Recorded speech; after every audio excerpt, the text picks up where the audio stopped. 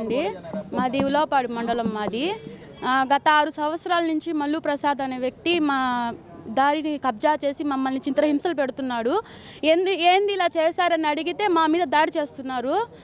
మేము మీ అంతు చూస్తాము, మిమ్మల్ని నరికేస్తాము అని అలా అంటే అలా మాట్లాడుతున్నారు. మగవాళ్ళు లేని టైంలో మా ఇళ్ళ మీదకి వచ్చి మా మీద దాడి చేస్తున్నారు మమ్మల్ని. ఆ కాలువ బ్లాక్ చేసేసారు. నీళ్ళన్నీ ఇంట్లోకి వచ్చేసాయి. అసలుకి జ్వరాలు ఏంటి పరిస్థితి అని పంచాయతీ ఆఫీస్కి వెళ్ళి అడిగితే వాళ్ళు పట్టించుకున్న దాకానే లేదు. అసలుకి తిరిగి మేము అలసిపోతున్నామండి. మాకు అటువంటి ఎవ్వరు పట్టించుకోవట్లేదు. మా పంచాయతీ ఆఫీస్ కానీ వీవర్ సార్ కానీ ఎవ్వరు పట్టించుకోవట్లేదు. అసలుకి 6 సంవత్సరాల నుంచి ఎన్ని కష్టాలు పడుతున్నామంటే అన్ని కష్టాలు పడుతున్నాం సార్. ఇళ్ళ మీద గత ప్రభుత్వంలో ఇళ్ళ మీదకి కానిస్టేబుల్ని, పోలీసుల్ని కూడా తీసుకొచ్చారు సార్ మా మీదకి.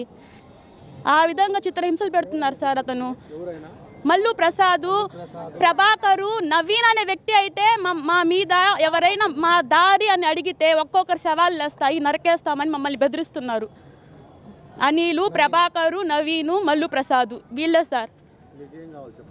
మాకు న్యాయం కావాలి సార్. మా దారి మాకు కావాలి. మా కాలువలు బాగా చేయాలి. మా వసతులు మాకు కల్పించాలి సార్.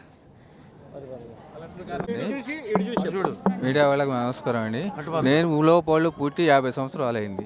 50 సంవత్సరాల నుంచి మాకు ఎటువంటి ఇబ్బందులు జరగలేదు ఈనాడు కూడా.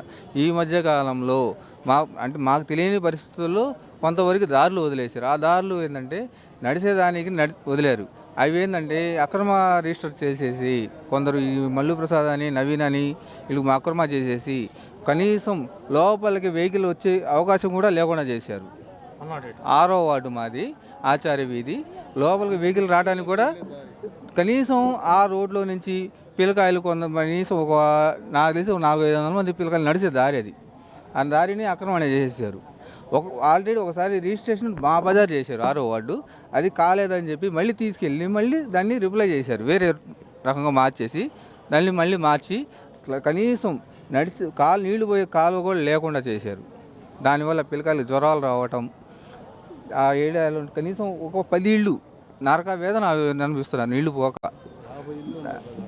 ప్రజెంట్ ఆ కాలువ దగ్గర నీళ్లు అవతల పోనీయకుండా గతంలో సబ్ కలెక్టర్ గారు కూడా వచ్చారు, ఈఓ గారు కూడా వచ్చారు. అయినా కూడా దాని గురించి అసలు ఏ సమాధానం కూడా జరగట్లేదు. అందువల్ల సమస్య మాకు పరిష్కారం కావట్లేదు. అందువల్ల మేము కలెక్టర్ గారికి దానివల్ల ఆరాధంగా రావడం జరిగింది. కలెక్టర్ గారికి కూడా అర్జీ ఇచ్చాము. దానివల్ల వారంలో కూడా పరిష్కరిస్తామన్నారు. చూడాలి, దయచేసి మాకు పరిష్కరించి దాన్ని న్యాయం చేయాలని. కనీసం 1 వీక్లో మాకు ఆ దారి కావాలి.